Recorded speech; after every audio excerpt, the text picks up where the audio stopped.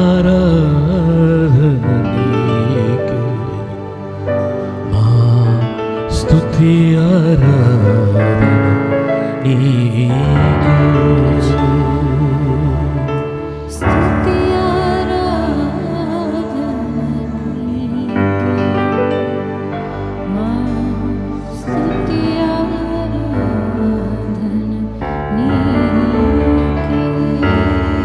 యేసయ్యా యేసయ్యా యేసయ్యా యేసయ్యా, స్తుతి ఆరాధన నీకే, మా స్తుతి ఆరాధన నీకే. స్తుతి ఆరాధన నీకే, మా స్తుతి ఆరాధన నీకే. కృపలు లిఖించే నీ స్వభావం, కృపలు లిఖించే నీ స్వభావం, కరుణను పంచే నీ కటాక్షం, కరుణను పంచే నీ కటాక్షం, కలువరి గిరిపై అమిత త్యాగం, కలువరి గిరిపై అమిత త్యాగం, నన్ను రక్షించే మహిమ ప్రభావం, నన్ను రక్షించే మహిమ ప్రభావం. స్తుతి ఆరాధన నీకే, మా స్తుతి ఆరాధన నీకే. స్తుతి ఆరాధన నీకే, మా స్తుతి ఆరాధన నీకే. Father, we just thank you and praise you. We glorify your name. We adore you, Jesus.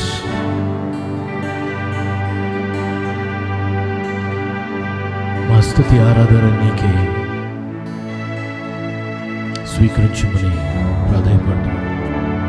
యేసయ్యా యేసయ్యా యేసయ్యా యేసయ్యా, స్తుతి ఆరాధన నీకే, మా స్తుతి ఆరాధన నీకే. స్తుతి ఆరాధన నీకే, మా స్తుతి ఆరాధన నీకే.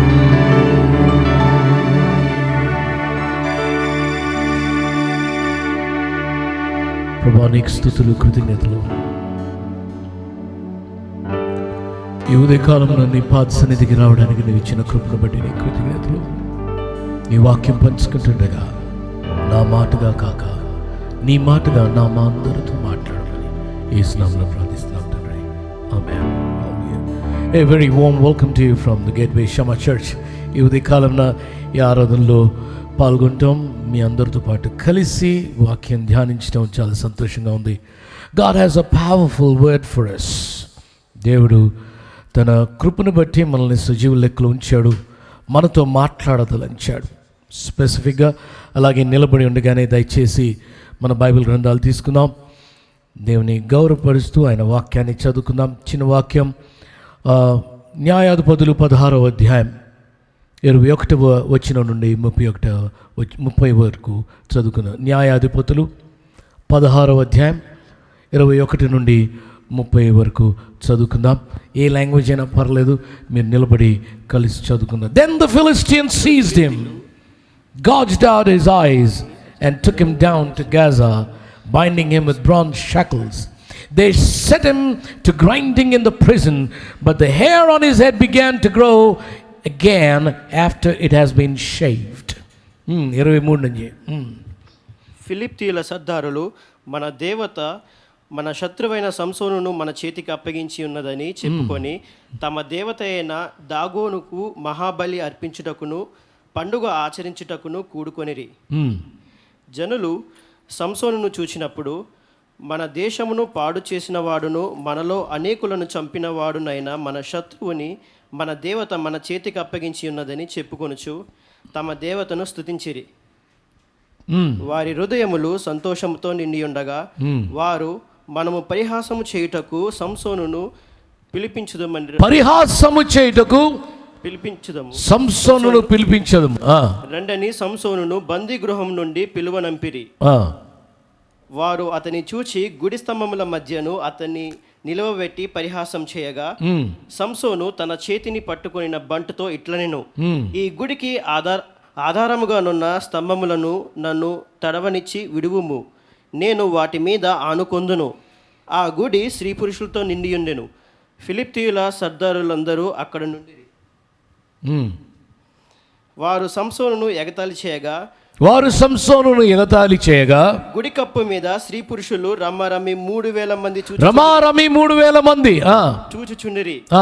అప్పుడు సంసోను, యెహోవా ప్రభువా, దయచేసి నన్ను జ్ఞాపకం చేసుకొనుము.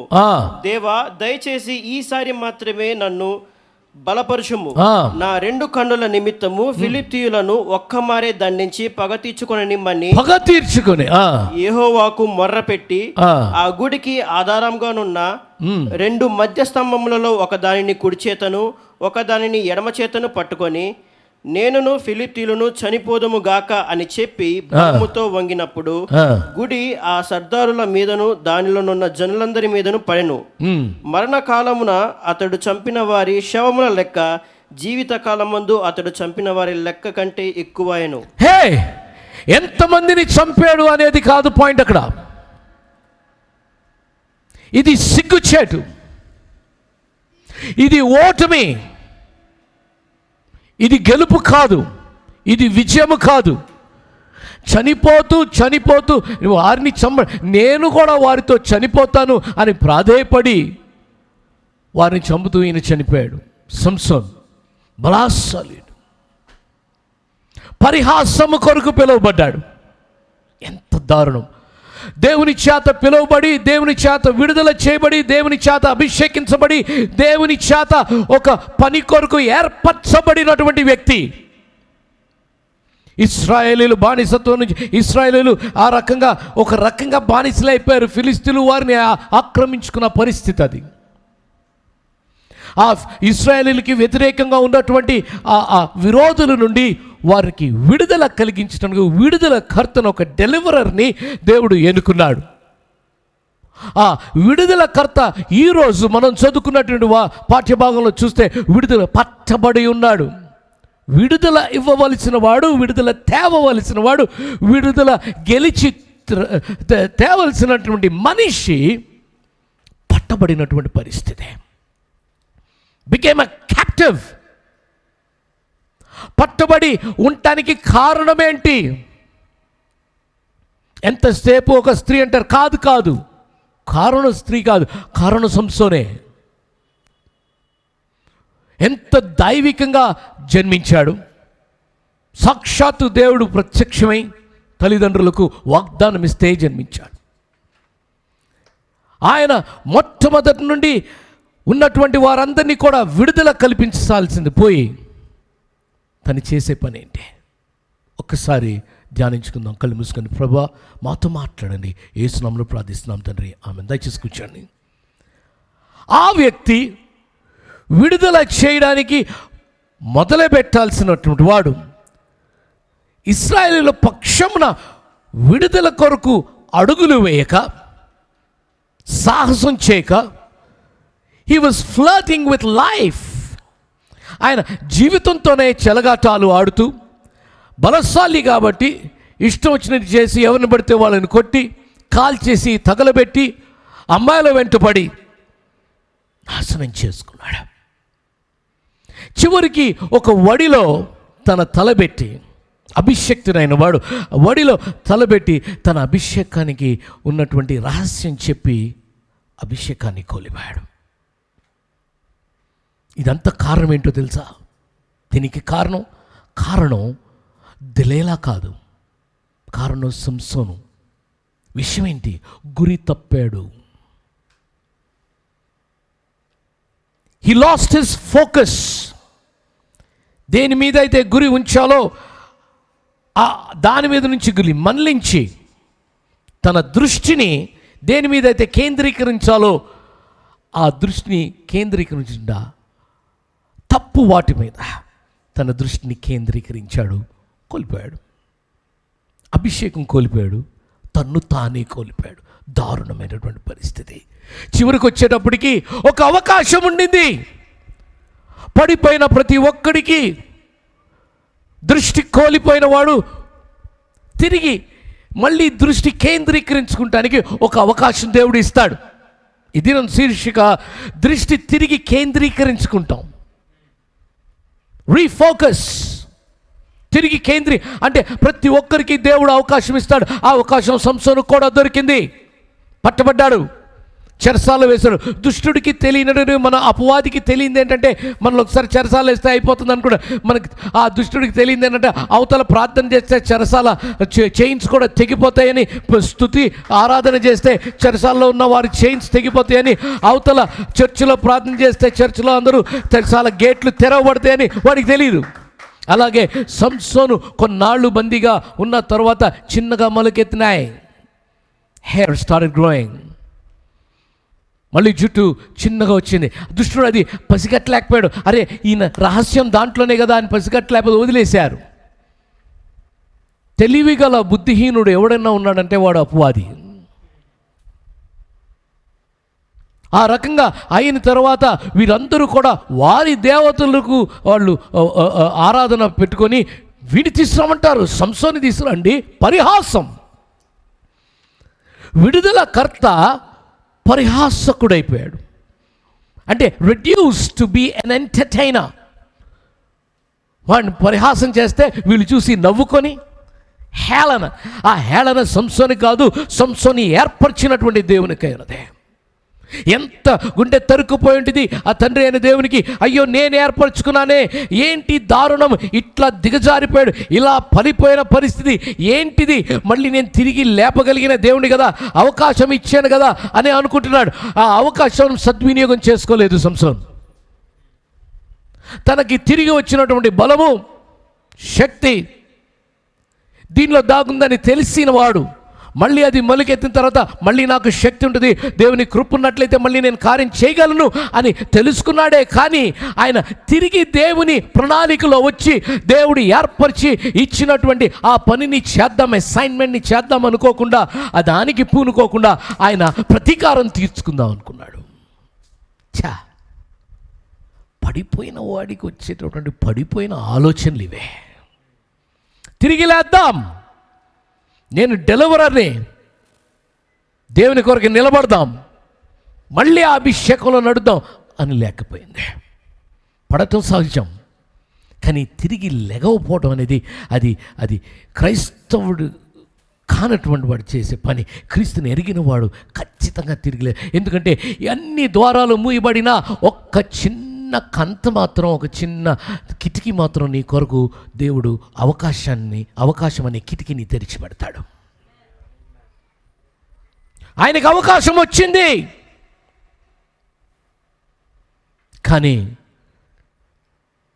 ఆ వ్యక్తి అక్కడ తీసుకొని వస్తుంటే వాళ్ళందరూ హేళన చేస్తుంటే బహుశా కుమిలిపోయాడు. అంతకంటే ఎక్కువ తండ్రి కుమిలిపోయాడు. ఎవరైతే ఏర్పరచుకొని ఆయనకి అసైన్మెంట్ ఇచ్చాడో కుమిలిపోతున్నాడు. ఇక్కడికి వచ్చిన తర్వాత మళ్ళీ సంస్థను తిరిగి కట్టగలిగినటువంటి సామర్థ్యం కలిగిన దేవుడు తిరిగి కట్టుకుందామనేసరికి ఆయన బేసిక్గా ఆ రెండు స్తంభాల మధ్యన నిలబడి ఆ చేతులు దానికి పెట్టి ఆ చేసిన ప్రార్థన దారుణమైనటువంటి ప్రార్థన, సిగ్గుచేటు. అంటే ఎవరైతే గురి తప్పుతారో, ఫోకస్ ఎవరిదైతే తప్పిపోతుందో వాళ్ళకి ప్రార్థన చేయటం కూడా తెలీదు, ప్రార్థనలో ఏం అడగాలో కూడా తెలీదు. When you lose your focus, you lose yourself. అంటే you become so distorted. Get me out of focus once, get me out of focus. ఒకసారి ఫోకస్ పోతే కంప్లీట్గా డిస్టార్ట్ అయిపోతుంది, సరిగ్గా పిక్చర్ కనపడదు. నీకు అందరూ బాగానే కనపడుతుంటారు, నీ పిక్చర్ చెడిపోతుంటుంది. ఇలా ఉంది చాలామంది జీవితం, ఇలాగుంది. ప్రపంచానికి ఇలా కనపడుతున్నారు మీరు, దేవునికి ఇలా కనపడుతున్నారు. యాక్చువల్గా సరిగ్గా మీరు దేవుని సన్నిధిలో కానీ వచ్చి అయ్యా నన్ను నాకు చూపించంటే ఇలా చూపించగలడు దేవుడు. Distorted completely. ఈ దినం నేను అంటున్నాను, మళ్ళీ తిరిగి రీఫోకస్ చేసుకోండి, తిరిగి దృష్టిని తిరిగి కేంద్రీకరించండి. ఎవరిపైన, నీ సృష్టికర్త పైన, ఎవరైతే నీ జీవితానికి రచయిత అయి ఉన్నాడో ఆయన వైపు మళ్ళీ దృష్టిని తిరిగి కేంద్రీకరించండి. ఆయన నీ జీవిత రథసారిదిగా ఉండాలి. సంసోనుకి అవకాశం ఉండింది. దారుణమైనటువంటి విషయం ఏంటంటే సంసోను అవకాశాన్ని దుర్వినియోగం చేసుకున్నాడు. ఆ 2 స్తంభాల మధ్యన పెట్టి ఆయన అన్నటువంటి మాటలు, ప్రభువా నన్ను జ్ఞాపకం చేసుకున్నాడు. అంతవరకు బాగానే ఉంది, అంతవరకు వదిలేసి ఉంటే పోయేది. 29వ వచనం ఏమన్నాడు? Then Samson reached towards the two central temples, bracing himself against his right hand on the left, and Samson said in 30th verse, let me die with it. ఆయన 28వ వచనం ఒకసారి చదివి ఏముంది బాబు? అప్పుడు సంసోను, యెహోవా ప్రభువా దయచేసి నన్ను జ్ఞాపకం చేసుకోనుము. అంతవరకు బాగానే ఉంది. నన్ను జ్ఞాపకం చేసుకొని వదిలేస్తుంటే, దేవుడు జ్ఞాపకం చేసుకుంటే ఐఎమ్ టెలింగ్ యూ, ఆయన నిన్ను జ్ఞాపకం చేసుకుంటే నువ్వు చేయలేనిది ఏది లేదు, నీకు అసాధ్యమైంది లేదు, నీకు అడ్డంకులు ఏమీ ఉండవు, నీకు విరుద్ధంగా ఏ బాణం కూడా వర్దెల్లదు. జ్ఞాపకం చేసుకో అన్నాడు. అంతవరకు బాగానే ఉంది. కానీ దాని తర్వాత పడిపోయినటువంటి వాడు, ఫోకస్ లేనటువంటి వాడు మాట్లాడే మాటలు ఏమన్నాడు? దేవా దయచేసి ఈసారి మాత్రమే నన్ను బలపరచుము. ఈ 2 కన్నుల నిమిత్తము ఫిలిష్తీయులను ఒక్కమారే దండించి పగ తీర్చుకొని యెహోవాకు మొర్రపెట్టి, యెహోవా మళ్ళీ నీ కొరకు నన్ను నిలబెట్టయ్యా అని ప్రార్థన చేయాలి. ఆ ప్రార్థన చేయమన్నాను మిమ్మల్ని. మళ్ళీ నా దృష్టి నీపైన తిరిగి కేంద్రీకరించేలాగా చేయయ్యా, నా తిరిగి ఐ వాంట్ రీఫోకస్ అని ఒక్కసారి అంటే డన్ అనేవాడు దేవుడు. ఇవి ఏమన్నాడు? ఎంత దారుణమైన అంటే పడిపోయినోడు ఆ ఆలోచన కూడా రాదు, ఎంతసేపు ప్రతీకారం అంటున్నాడు. దేవుడు ప్రారంభించిన ప్రక్రియను I will complete what you have started, నువ్వు నీ ఉద్దేశాలు నెరవేరుస్తాను అనకుండా నా కళ్ళు తీసేశారు కదా, ఒక్కసారి ప్రతీకారం తీర్చుకుంటాను, ఒక్కసారి నన్ను జ్ఞాపకం చేసుకో. ఎంత దేవుడు కుమిలిపోయి ఉంటాడు, గుండె బ్రద్దలైపోయి ఉంటుంది. అరే దౌర్భాగ్యుడా, ఏంటి పని, నన్ను జ్ఞాపకం చేసుకోమన్నావు, అంతటితో ఆగిపోతే బాగుండు కదా, నీ బుద్ధి మారలేదే.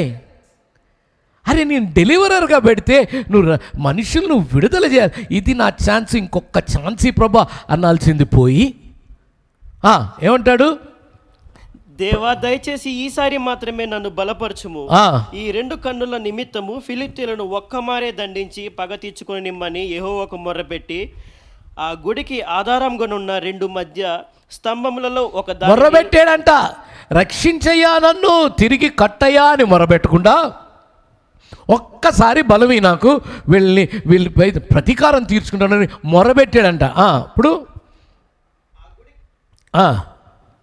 ఆ గుడికి ఆధారంగానున్న 2 మధ్య స్తంభములలో ఒక దానిని కుడి చేతను ఒక దానిని ఎడమ చేతను పట్టుకొని నేనును ఫిలిష్తీయులు చనిపోదుముగా. ఎంత దారుణమైనటువంటి మాట, నేను దౌర్భాగ్యమైన అని ప్రభా ఒక్కసారి వీళ్ళని హతమర్చే ఛాన్స్ నాకి, మళ్ళీ స్టార్ట్ చేస్తాను అనుకుంటా, వీళ్ళతో పాటు నేను పోతాను. మొత్తానికి ఏంటంటే నేను పోతాను, వీళ్ళని పోగొట్టి నేను పోతాను. ఏంటంటే ప్రతీకారం అనుకున్నాడు, దేవుని ప్రణాళిక నెరవేరుద్దాం అనుకోలేదు. నా ప్రశ్న, నీ జీవితం ఎలాగుంది? సంసోను లాగుందా? నీ దృష్టి కోల్పోయావా? నీ ప్రారంభాలు ఎలాగుండినాయి? ఎలా ప్రారంభించావు నీ జీవితం? క్రీస్తుని సొంత రక్షకునిగా అంగీకరించి నీటి బాప్తిసం తీసుకుని ఆయన కొరకు సాక్షిగా ఏ ప్రార్థనలు చేసావు, ఎలాగ బైబిల్ చదువుకున్నావు, ఎలాగ ఆయనతో సమయం గడిపావు, తెలిసిన వాళ్ళకి ఎంతమందికి ఆయన గురించి చెప్తూ ఎంత బలంగా ఉన్నావు, ఎంత లవ్లీగా నాకు ఎంతసేపు దేవుని ఆత్మలో గడపాలని ఇటువంటి పరిస్థితి నుంచి ఇప్పుడు ఎక్కడికి వచ్చేసావు? బైబిల్ చదవడానికి టైం లేదు, ప్రార్థన చేయడానికి టైం లేదు, వర్షిప్ సర్వీసెస్లో కూర్చుంటానికి టైం లేదు, సండే హాలిడే నీకు, హోలీడే కాదు. 9 గంటలకి ఆరాధన ఉందంటే ఎంతమంది ట్యూన్ చేస్తారు? కరెక్ట్ 9కి. తర్వాత చూసుకోవచ్చు లైవ్ అనుకుంటాడు. మొదటి ప్రేమ లేదు, బాధ్యత లేదు, దారుణమైనటువంటి పరిస్థితి దిగజారిపోయాడు. సంసోను అలాగే దిగజారిపోయాడు. దేవుడు నీకు ఇచ్చినటువంటి అవకాశాలను తృణీకరిస్తే దేవుడు నిన్ను తృణీకరించే పాసిబిలిటీ కూడా ఉంది. పడిపోయిన సంసోనుకు వచ్చిన ఆలోచన ప్రతీకారం.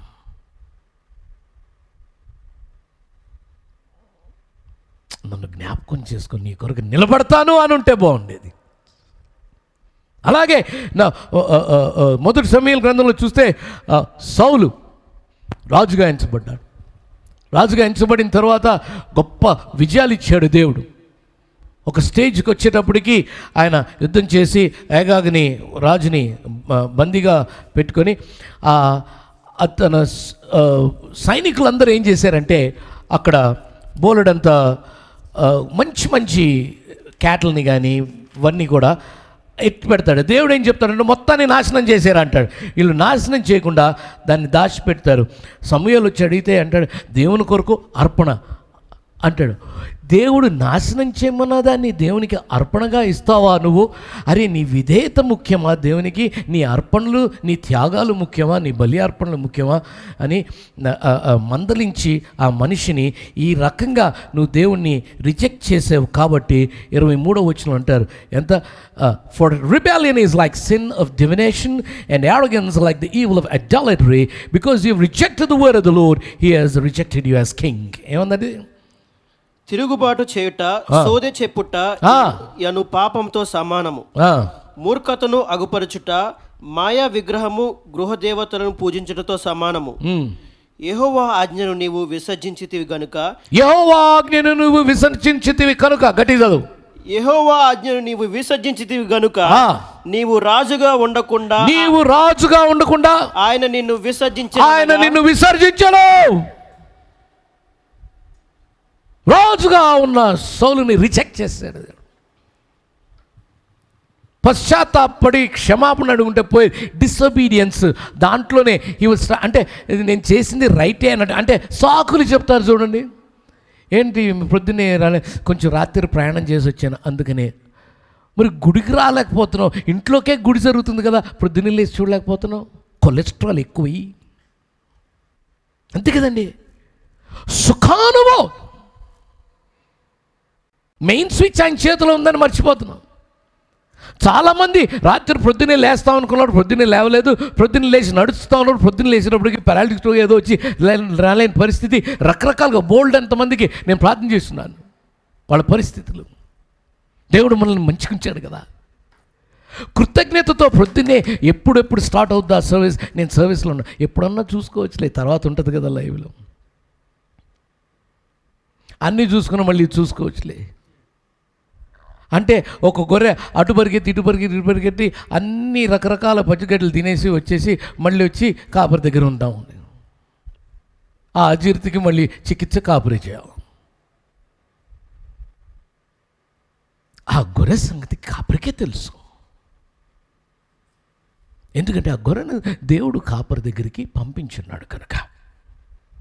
ఈ సౌలు ఆ రకంగా చేస్తే నీకు మొత్తం చీలిపోతుంది నాయన, రిజెక్ట్ చేస్తాడు దేవుడు నేను అంటే. ఆయన చివరిగా ఆయన పట్టుకుంటాడు, సమూయేలు కోట్ పట్టుకుంటాడు, రెండుగా చీలిపోతే నీ రాజ్యం రెండుగా చీలిపోయింది అంటాడు. ఇదంతా అయిపోతే పశ్చాత్తాపడి నన్ను క్షమించు అంటే గాడ్ ఇస్ గాడ్ హూ రిలెంట్స్. నేను ఇక్కడ నిలబడ్డాను కాబట్టి అంటే దానికి ఒక సాక్ష్యం ఏంటంటే నేను పడిపోయినా తప్పు చేసినా జారిన నన్ను క్షమించు అని కేక వేస్తే ఆయన క్షమించి నిలబెట్టిన దేవుడు కాబట్టే నిలబడ్డాను. పర్ఫెక్ట్ నేను అని అనట్లేదు. నేను పర్ఫెక్ట్ యేసయ్య తప్ప ఎవడు లేడు. మీకు తెలిసినట్టుంటే చెప్పున్నాడు దేవుడే, నువ్వు అసలుకే కాదు. Just imagine this. ఆ మనిషి క్షమాపణ వేడు, పశ్చాత్తాపం అనేది రాదు కదా మనకి, సారీ చెప్పడం కష్టం. అది చేయకుండా ఏమంటాడు 30 వచ్చిన చాలా దారుణం. అంటే పడిపోయినోడికి వచ్చేటటువంటి మాటలు పలుకులు ఎంతసేపు ఫోకస్ పోయింది కాబట్టి, ఫోకస్ దేవుని మీద లేదు, ఫోకస్ దేవుడిచ్చిన పని మీద లేదు, దేవుడు పిలిచిన పిలుపు పైన లేదు, దేవుడిచ్చిన సేవ పైన లేదు, దేవుడిచ్చిన కుటుంబం పైన లేదు, దేవుడిచ్చిన పర్సనల్ సమయం దేవునితో గడపడానికి లేదు. ఈ రకంగా పడిపోయినోడు మాట్లాడే మాటలు 30 వచ్చిన ఏముంటుందంటే, సాల్ రిప్లైడ్, ఐ హ్యావ్ సిన్డ్. చదువుతా గట్టిగా. అందుకు సౌలు, నేను పాపం చేసి తిని, అయినను నా జనుల పెద్దల ఎదుటను ఇశ్రాయేలుల ఎదుటను నన్ను గణపరచి యెహోవాకు మ్రొక్కుటకై నేను పోగా నాతో కూడా తిరిగి రమ్మని అతనిని. అరే, he was more concerned about himself. నా ఇమేజ్ దెబ్బతినకుండా, నువ్వు ప్లీజ్ మళ్ళీ నాతో పాటు వచ్చేసే, వాళ్ళకి తెలియదు కదా నన్ను రిజెక్ట్ చేసేసాడు దేవుడని. నువ్వు నా ఇమేజ్ పెద్దల ముందంతా కాస్త నేను బాగా గౌరవంగా ఉండేటాడు, నా గౌరవం పోకుండా నువ్వు రా అంటున్నాడే కానీ, అయ్యో గౌరవం పక్కన పెట్టు, అన్ని పక్కన పెట్టు, నా దేవుడు నన్ను రిజెక్ట్ చేసేసారు, రాజరికం కూడా వద్దు కానీ నన్ను మాత్రం రిజెక్ట్ చేయకూడదు దేవుడు అయ్యా అని క్షమాపణ పెట్టుకుంటా అనేవాడేమో. హెజికియా, నన్ను క్షమించు అయ్యా అని ప్రార్థన చేస్తే 15 ఏళ్ళకి చనిపో అన్నాడు. క్షమాపణ వేడుకున్న వాడికి ఖచ్చితంగా దేవుడు అనుగ్రహించాడు, తన కృపని అనుగ్రహించాడు. ఈ మనిషి ఆ రకంగా కాకుండా ఎందుకు అలా మాట్లాడి, ఇగో నేను నా ఇగో, ఎంతసేపు నా గురించి ప్రజలు ఏమనుకుంటారో ఈ రకంగా ఆలోచించి, దేవుడు నా గురించి ఆలోచిస్తాడనేది ఆలోచించకుండా ప్రజలు ఏమనుకుంటారు, ప్రజల ఒపీనియన్ ముఖ్యమైపోయింది. చాలామంది ప్రజల కొరకే బ్రతుకుతున్నారు ఈ లోకంలో. ఈ రోజుల్లో అంత జీవపు డంభం. ఈడేం తింటున్నాడో ప్రజలకు కనపడాలా, ఈడు తినకముందే అది రుచిగా ఉందో లేదో కానీ వెయిట్ ఫస్ట్ సెల్ఫీ తీయాలా, తీసేసి పోస్ట్ చేయాలా, అది బాగున్నా బాగాలేదు అందరికీ కనపడ నేనేం తిన్నాను. ఎక్కడికి వెళ్తాడో ఈ మధ్యకాలంలో అక్కడికి వెళ్లకుండా వెనకాల ఏదో ఒక గ్రాఫిక్ పెట్టేసి మేము లాస్ ఏంజలీస్ వెళ్ళామన్నట్టుగా పెడతాడు వాడు. జీవపు డంబం అందరికీ తెలియాలి. నేను నా వాడ ట్రాజడీ కదా. నీవు నీ అనేది పోయి నేను నా. పైనుంచి చూస్తుంటే దేవుడు ఇదేంట్రా, నేను కదా పంపించాను సౌల్ని, నేను కదా అభిషేకించాను, ఇదేంటి నా ఎల్డర్స్ గురించి, ఆ ఎల్డర్స్ నేనే కదా ఇచ్చాను, ఆ ప్రజలను నేనే కదా ఇచ్చాను, రాజ్యాన్ని నేనే కదా ఇచ్చాను. Is not bother about relationship, నాతో సంబంధం గురించి ఆలోచించట్లేదు. ప్రజల ముందంతా అంత బాగానే, everything is all right, how cool, అంటే హౌ యూ కూల్. వాడికి ఉన్నంత హీట్ కింద ఎవడికి ఉండదు, వాడు బయటకు మాత్రం కూల్ అంటాడు. How is piece. అదో బతుకులు. గురుండేవాడు మాట్లాడే మాటలు కావాలి, దైవభక్తి ఉన్నవాడు మాట్లాడే మాటలు కావు. Complacency sense. ఈ సౌలు ఈ రకంగా రాజు సౌలు ఇట్లా చేస్తే అపోస్తల కార్యానికి సౌలు ఉండే టార్సస్ సౌలు క్రైస్తవుల్ని హతమరుద్దామని, క్రైస్తవుల్ని బందీలుగా చేద్దామని దేవుని కొరకు ఎంతో జీల్ కలిగి వారు ధర్మశాస్త్రం ఉల్లంఘిస్తున్నారని చెప్పి వచ్చి వాళ్ళని బందీలుగా చేద్దామని చేసుకుంటూ దమాస్కస్కి వస్తే దమాస్కస్ గేట్ బయటనే దేవుడు డన్మని ఒక లైట్ తోటి ఆయన ఎన్సర్కల్ చేసి కింద పడేస్తాడు. ఎప్పుడైనా దేవుడు నిన్ను అలా చుట్టుముట్టితే నిన్ను దండించి హతమర్చుతానికి కాదు, నిన్ను చుట్టుముట్టిన దేవుడు నీతో కొంత మాట్లాడాలని నిన్ను అలాగా సెపరేట్ చేసుకుంటాడు. ఎందుకంటే ఆయన మాటలు సౌలుకే వినపడిని, సౌలుకే అర్థమైనవి, కానీ పడిపోయిన సౌలుకి లేచి నిలబడి ఉన్న ఆ సైనికులకి ఎవరికి అర్థం కాలేదు. ఎక్స్క్లూజివ్గా మాట్లాడుకుంటాడు దేవుడు. సౌలా నన్ను ఎలా హింసించుచున్నావు, వెంటనే ఎవరు ప్రభు అంటాడు. అంటే ఆ సౌలు అంతరంగంలో సబ్మిషన్ అనే అంటే సమర్పణ అనేటటువంటి ఒక తత్వం ఉన్నదే. నాయకుడు, నిజమైన నాయకుడు కాబట్టి తనకి తెలియని శక్తి తనని కింద పడేసింది, తనకంటే భిన్నమైన శక్తి పడేసింది. ఆయన పవర్లెస్ అయిపోయాడు ఆ పవర్ ముందు. అందుకనే ఆ ప్రభువా అని కేక వేస్తాడు. లార్డ్, నీ దాసుడిని, అదోనాయ్ నా ఓనర్ అన్నట్లుగా. వెంటనే కళ్ళు చీకటి గమ్మిన తర్వాత కళ్ళు మూసుకుపోయినాయి. ఆయనకి గుడ్డి వచ్చింది, నేత్రాలు కనపడలేరు. అండ్ గాడ్ సేస్, నువ్వు లోపలికి వెళ్ళు దమస్కులోకి, నువ్వేం చేయాలో నీకు నేను చెప్తానంటాడు. సో ఈ సౌలు యాక్చువల్గా he had a choice to make.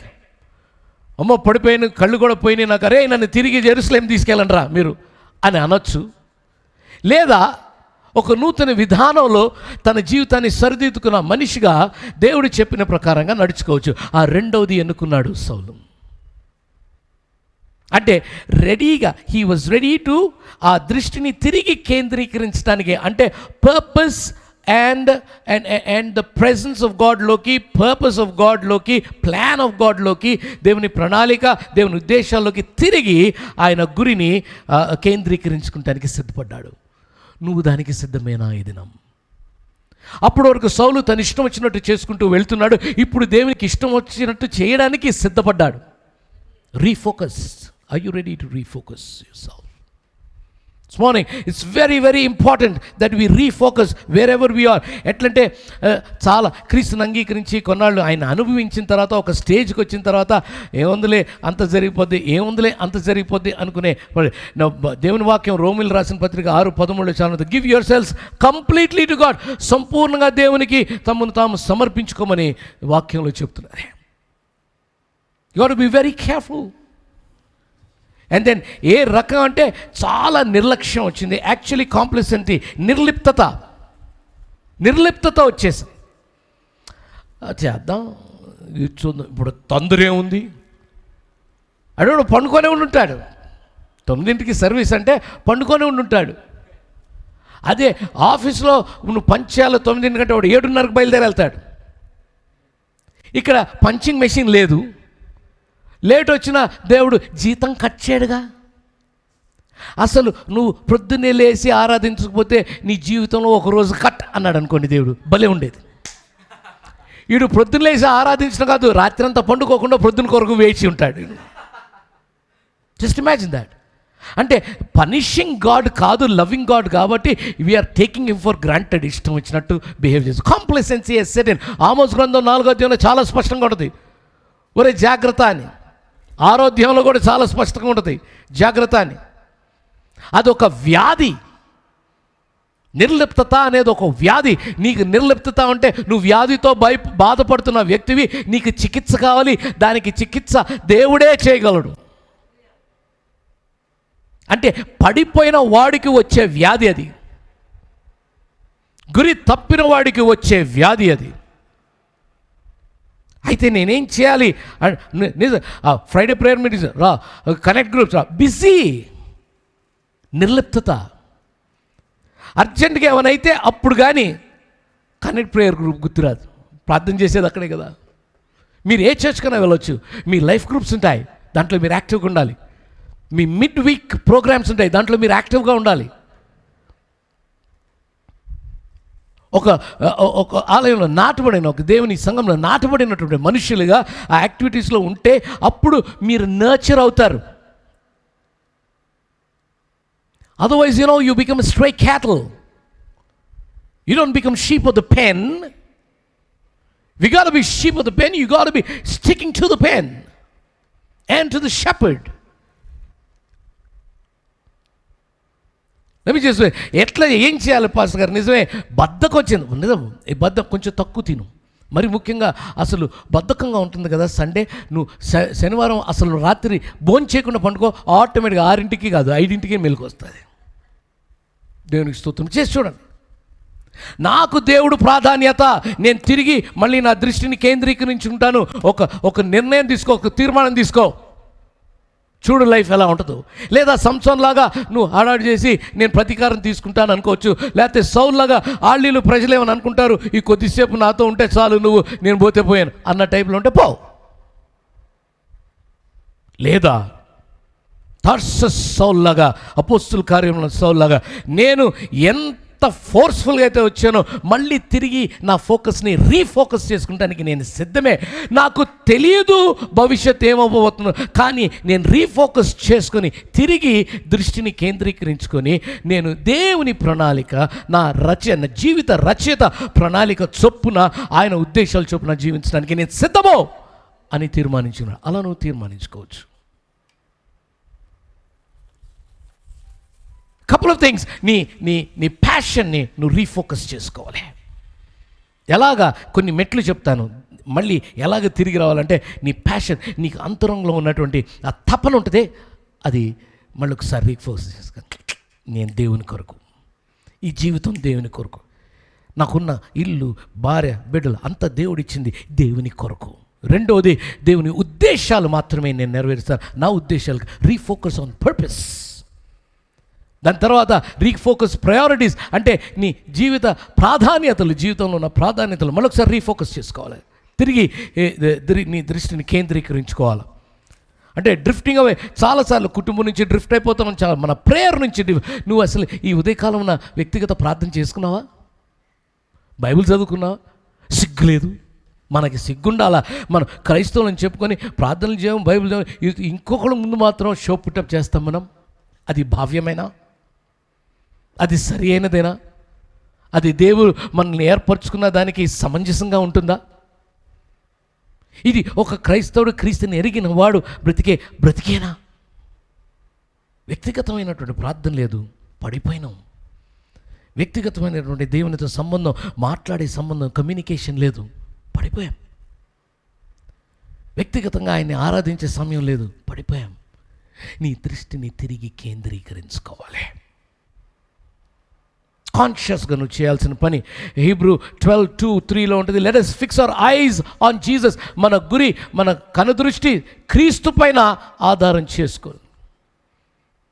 మన జీవితానికి రక్షత అయి ఉన్నాడు, పర్ఫెక్టర్ అయి ఉన్నాడు, ఆయన పైన ఆధారం చేసుకోవాలి. It's very very important. Get this very clearly.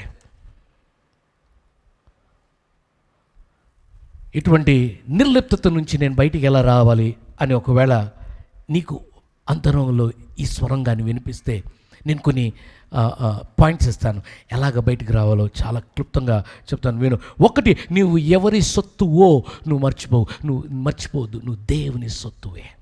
రెండవది, నీవు దేవునిలో నీకున్నటువంటి బలము, నిన్ను నడిపించిన బలము ఈరోజు నడిపించగలదు, రేపటి కొరకు నీకు ఒక కమిట్మెంట్ ఇవ్వగలిగినటువంటి శక్తి అయి ఉన్నది దేవునితో నీ సంబంధం. మూడవది, నువ్వు దేవుని స్టాండర్డ్స్ని కింద పడేసే వ్యక్తిగా ఉండను. నేను దేవుని స్టాండర్డ్స్ని, నాకేమైనా పర్లేదు, దేవుని స్టాండర్డ్స్ని నేను కాపాడుతాను అనేటటువంటి నిర్ణయం తీసుకోవాలి. నాలుగవదిగా, దైవికమైనటువంటి ఎగ్జాంపుల్స్ని నువ్వు ఫాలో అవ్వాలి. ఐదవదిగా, నీ ప్రాధాన్యతలు మళ్ళీ సరే, what is first, who is first అనేది ప్రాధాన్యతలు సరిదిద్దుకోవాలి. ఆరవది, నీ ఆత్మీయ సంబంధమైనటువంటి ఈ ప్రయాణం జీవితకాలం అంతా దేవుని కొరకే బ్రతుకుతానని ఒక తీర్మానం చేసుకోవాలి, విచ్ ఇస్ వెరీ ఇంపార్టెంట్. ఈ దినం దేవుడు నీకు నాకు ఇచ్చినటువంటి దినం, ఒక అద్భుతమైనటువంటి అవకాశం సద్వినియోగం చేసుకుంటామా, అవకాశం కోల్పోతామా అనేది నీపైన నాపైన ఆధారపడి ఉన్నది. Get this very clearly. నువ్వు రీఫోకస్ చేసుకోవాలంటే number 1, you need to assess your situation. నీ పరిస్థితిని నువ్వు అసెస్ చేసుకోవాలి. నేను ఏ పరిస్థితిలో ఉన్నాను అని అసెస్ చేసుకోవాలి. నంబర్ 2, రెండవది, అసలు యాక్చువల్గా you should access his communication.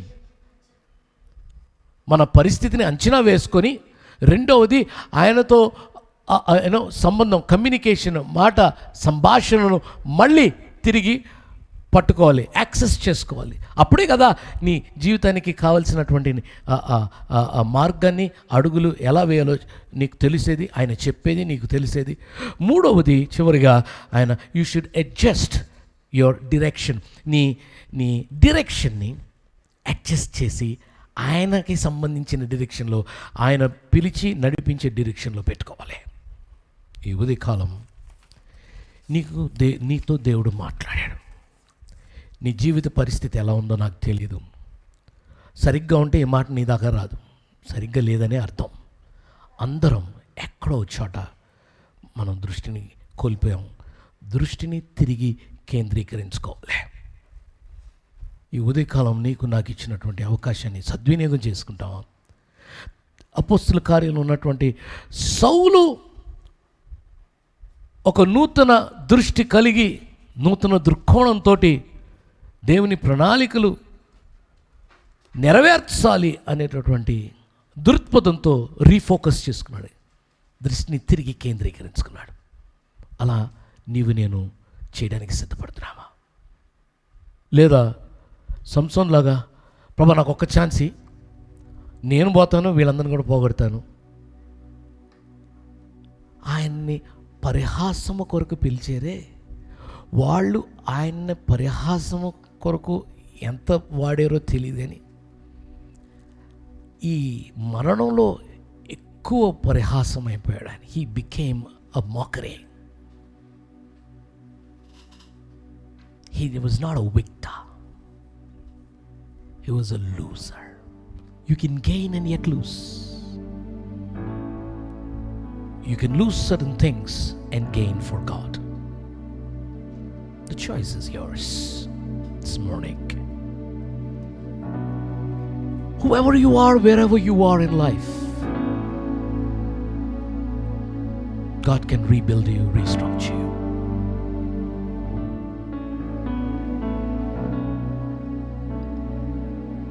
You need to pick up yourself. నేను తిరిగి వస్తానయ్యా అని ప్రార్థన చేయాలి. ప్రతీకారం తీర్చుకుంటానయ్యా అని సంసోన్లాగా ప్రార్థన చేయాలి. ఈ ఉదయకాలం దేవుడు నీతో మాట్లాడుతూ ఆషామాషిగా తోసేది ఇది. నీ నిర్లిప్తత నీ నాశనానికి దారితీస్తుంది. ఇప్పుడు ఎంత నాశనం అయిపోయిందో తెలియదు నీకు తెలియదు నీకు తెలియదు. బేసిక్గా మొత్తం పోయిన తర్వాత స్తంభాలు కదులుతుంటే అరే రే రే రే రే అనిపిస్తుంది. అక్కడ దాకా రానిద్దు సుమా. దేవుడితో మాట్లాడుతున్నాను. సరిదిద్దుకునే ఒక సమయం ఇదే. నీవు సిద్ధమైతే నేను నీ కొరకు ప్రార్థన చేయడానికి సిద్ధమే. ఒకవేళ క్రీస్తు ఎవరో తెలియక క్రీస్తు సంబంధం లేనటువంటి వ్యక్తిగా ఉంటే నీ జీవితం నీ ఉద్దేశం ప్రకారంగా నడిపించుకుంటున్నావు. గురి లేనివాడిగా ఉన్నావు, గమ్యం తెలియని వాడిగా, గమ్యం లేని మనిషిగా ఉన్నావు. నువ్వు నీ గమ్యం క్రీస్తులో అయి ఉన్నదే. ఎందుకంటే నీ నీ నీ నీ ప్రారంభం క్రీస్తులో నుంచి ఉంది కాబట్టి నీ తుది గమ్యం కూడా ఆయనలోనే ఉన్నది. ఈ ఉదయకాలం క్రీస్తుతో సంబంధం లేకపోతున్నట్లయితే అది మతం అని అనుకుంటున్నది. దయచేసి వినండి, అది మతం కాదు. మతమే కానప్పుడు మార్పిడే లేదు. నీ హృదయాంతరంగం నుంచి ఆయనని దేవుడని, క్రీస్తు నీ బదులుగా మరణించాడు, నీ పాపంలో ఆయన పైన మోయించుకొని నీకు రావాల్సిన శిక్ష ఆయన తీసుకొని మరణించాడు, పాతిపెట్టబడ్డాడు, మరణాన్ని జయించి తిరిగి లేచాడు, ఆరోహణమై వెళ్ళాడు, మళ్ళీ తిరిగి వస్తున్నాడు, ఆయన్ని రక్షకుడుగా అంగీకరించిన వారి కొరకు తిరిగి వస్తున్నాడు. ఒక నమ్మకం, పోయేదేమి లేదు. పరివర్తన, మార్పిడి కాదు. పైపైన మార్పిడి ఎవరికి కావాలండి? అంతరంగంలో పరివర్తన. ఇది ఎవడు ఆపలేడు నిన్ను. నీ అంతరంగంలో నువ్వు తీసుకున్న నిర్ణయం ఎవడు ఆపలేడు. నువ్వు 10 మందికి చెప్పాల్సిన పని లేదు. నువ్వు 10 మందికి నేను చెబుతాను అంటే అది బాప్తిసం ద్వారా తెలియజేస్తాం. ఇది సాక్ష్యం, నేను ఆ క్రీస్తుని నా రక్షకుడిగా అంగీకరించాను, ఇప్పుడు గురి ఉన్న మనిషిగా ఉన్నాను. నేను I have refocused myself like Saul of Tarsus. ఒకవేళ నువ్వు క్రీస్తుని రక్షకుడిగా అంగీకరించిన మనిషిగా ఉండి కూడా నీవు నిర్లిప్తతకి గురి అయిపోయి నాశనానికి వెళ్ళిపోతూ నీవు తెలియని పరిస్థితులు ఉంటే, సతమతం అవుతున్నట్లయితే కేక వేయాలి, అయ్యా నన్ను క్షమించు. సంసోన్లా కాదు. అందరి దృష్టిలో అయ్యా నన్ను బాగుంచు అని సౌల్లాగా, రాజైన సౌల్లాగా కాదు. కుమిలి విరిగి నలిగిన హృదయం, నన్ను క్షమించు ప్రభువా, నా దృష్టిని తిరిగి కేంద్రీకరించుకుంటాను నీ వైపు, నీ ప్రణాళిక, నీ ఉద్దేశాల వైపు మరలిస్తాను. నాతో మాట్లాడేయాలి. నువ్వు కానీ అడగగలిగినట్లేదు నిశ్చయంగా దేవుడు నీకు ఒక నూతన అధ్యాయాన్ని ప్రారంభిస్తాడు నీ జీవితంలో. తిరుగుండదు, నీకు తిరుగుండదు. ఇది మతం కాదు, మార్గం. నీకు తెలుసది. రక్షకుడు నీ వైపు మరలి ఆడుతున్నాడు. ఒక్కసారి కేక వేస్తావా? నా నిర్లిప్తత నుండి నేను లేచి నా గురిని సరిదిద్దుకొని తిరిగి కేంద్రీకరించిన I'll refocus on God and His purpose and His plans for my life. అలా అయితే లేచి నిలబడండి, లేదా మోకరించండి, మీ కొరకు ప్రార్థిస్తాను. పరిశుద్ధుడా,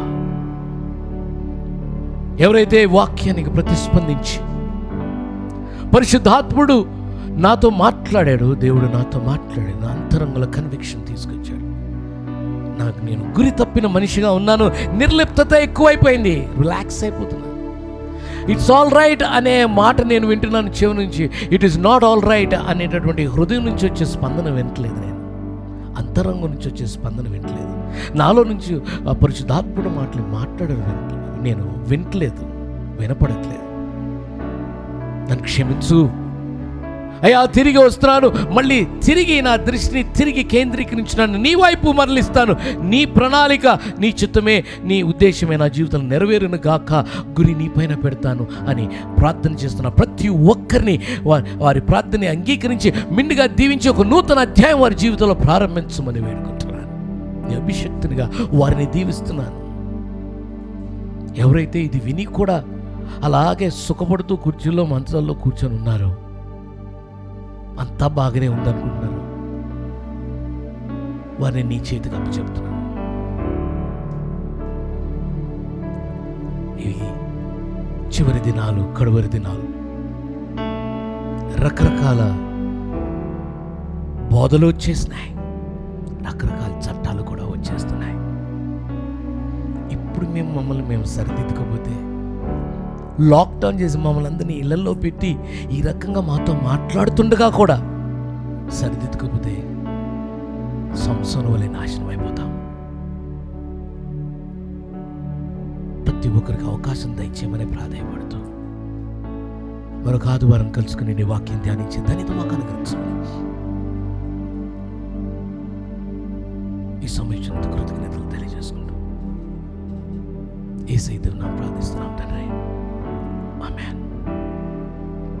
God bless you. It was such a joy bringing this word of God to you. దేవుడి మీతో మాట్లాడాలని నేను నమ్ముతున్నాను.